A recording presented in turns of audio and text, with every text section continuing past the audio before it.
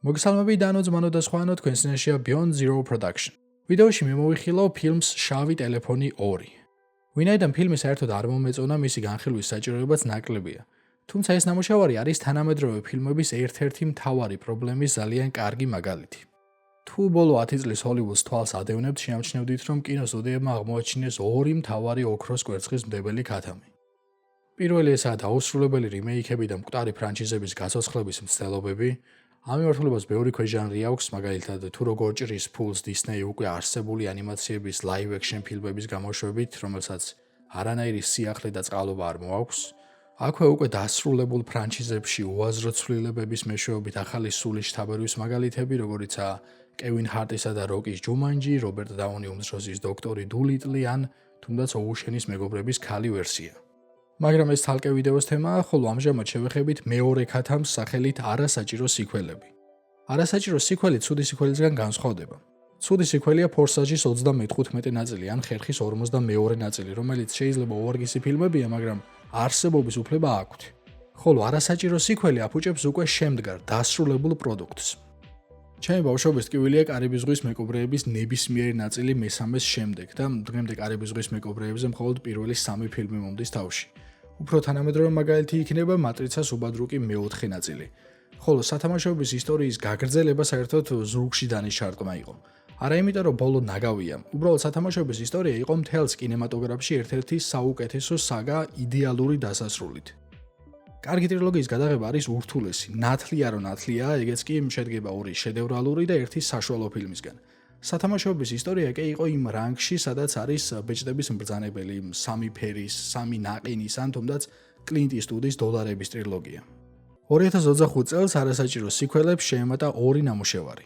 ესენია შავი ტელეფონი და არავინ. არც ერთი თავიდანვე არ ყოფილა შედევრი, მაგრამ წარმოადგენდა სრულფასოვან ჩამოყალიბებულ ნარატივს ყველნაირი გაგრძელების პრეტენზიის გარეშე. მაგრამ Universal Pictures-მა ფულის სუნი იგრძნონ, თავი ვერ შეიკავა და დაივიწყა ჰეროკლიტეს სიტყვები, რომ ერთსა და იმავე მდინარის წყალში ორჯერ ვერ შეხვალა. ან უფრო მარტივად რომ ვთქვათ, ერთ ღორს ორჯერ ვერ დაკლავა. გადავიდეთ უშუალოდ შავ ტელეფონზე. მოდი კეთილი ვიქნები და დავიწყებ იმ მცირედი პოზიტივით, რაზე თვალის დაყუჭვაც არ მინდა.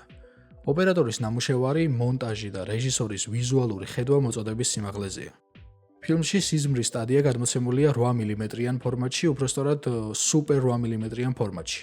რაც ერთის მხრივ საშუალებას გაძლევს მარტივად გაარჩიო ფანტასტიკა რეალობისგან, მეორე მხრივ კი სიზმარს თავისებურ ხიბლს და ატმოსფერულობას ზენს. ამავე სიზმრის ეპიზოდებში, განსაკუთრებით პირველ აქტში, ბრუტალური სცენები ძალიან მძიმე და დამამახსოვრებელია.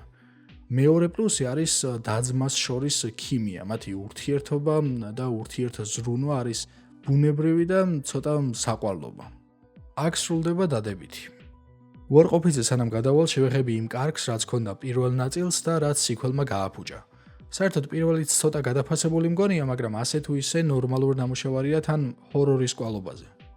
შავი ტელეფონი გადაიღო სკოტ დერიქსონმა, რომელიც გახლავთ ჩემი ბავშვობის საყვარელი საშინელებათა და ბევრის აზრით ყველაზე საშიში ფილმის სინისტერის ავტორი. ბორტმოქმედს თამაშობს ითან ჰოუკი, რომელიც ჯერ ერთი რომ მშვენიერი მსახიობია და თან ასევე სინისტერის პროტაგონისტია. მამას თამაშობს ჯერემი დეივისი, რომელიც საოცარი მსახიობია, ვისაც არ გჯერათ, ნახეთ 2006 წლის უმძიმესი ნამუშევარი გადარჩენის განთიადი, სადაც ბეილის მონაწილეობის მიუხედავად ჯერემის შესრულება არის ისეთი, რაც არასდროს დაგავიწყდება. სცენარი დაფუძნებულია ჯო ჰილის იმავე სახელწოდების მცირე ნოველაზე, ხოლო ჯო ჰილი გახლავთ სტივენ კინგის შვილი და ამავდროულად ბევრი კარგი წიგნის შემქმნელი, ყველაზე ცნობილი იქნება ნოსფერატუ. ჯო გვარად კინგი იმიტომ არაა, რომ არ უნდოდა მამის სახელი გამოეყენებინა მწერლობაში გზის გასაკვალად. პირველი ფილმი ასე თუ ისე მიყვება ნოველის ნარატივს, თუმცა ბევრი ლოგიკური პრობლემა, რაც ფილმს აქვს, წიგნში არაა. მაგალითად, მკვლელობები ეკრანიზაციაში ხდება ლამის ყოველ კვირა, ხოლო ნოველაში წლებზეა გაწერილი. ასევე დამწყდებული ფინის ოთახში წიგნში არ გდია 5 ხალიჩა, რომელსაც ეკრანიზაციაში პროტაგონისტი ფანჯრამდე მისაღწევად რატომღაც ვერ იყენებს. თუმცა რეჟისორმა ერთი გადამწყვეტი ცვლილება შეიტანა ფილმში, რამაც მისი პოპულარობის სადღაც ნახევარი განსაზღვრა და ესაა ბოროტმოქმედის სახე. ნოველაში ალბერტი არის უბრალოდ გადამეტებულად მსუქანი მანიაკი, ხოლო ფილმის ნიღბიანი გრაბერი გახდა ბოლო წლების ერთ-ერთი ყველაზე ცნობილი ჰორორ სიმბოლო.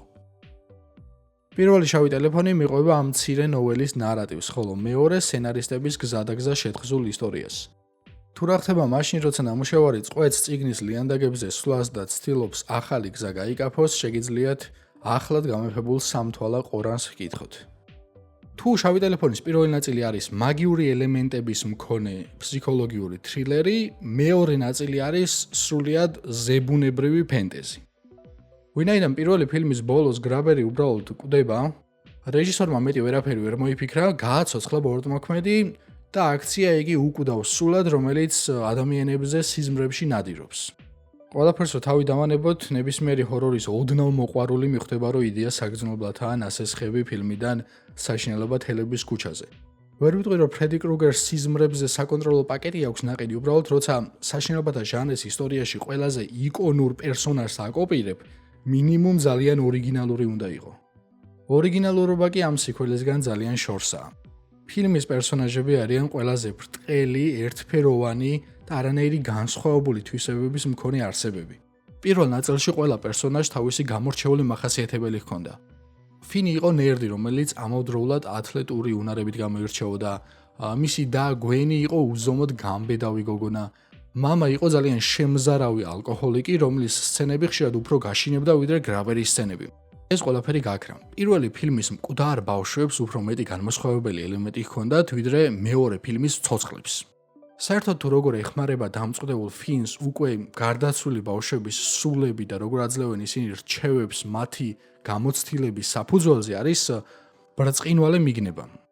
მეორე ნაწილში კი ბავშვები უბრალოდ ითხოვენ ძვლების ამოთხრას და ამით მათი სულების გათავისუფლებას, რაც ჯერ ერთი რო არის საშინელი კლიშე, მეორეც მოგაგონებს ზებუნებრივის რომელიმე ფილერი ეპიზოდის სიუჟეტს. უსასრულოდაც რო არ გავაგრძელო, ვიტყვი რომ ფილმი არ ვარგა, სიუჟეტი ნაგავია, ხოლო პერსონაჟებიც არიელი. 10-დან დაუწერდი ალბათ 3-ს, ესეც იმიტომ რომ სამწუხაროდ ამაზე უარესებიც მინახავს.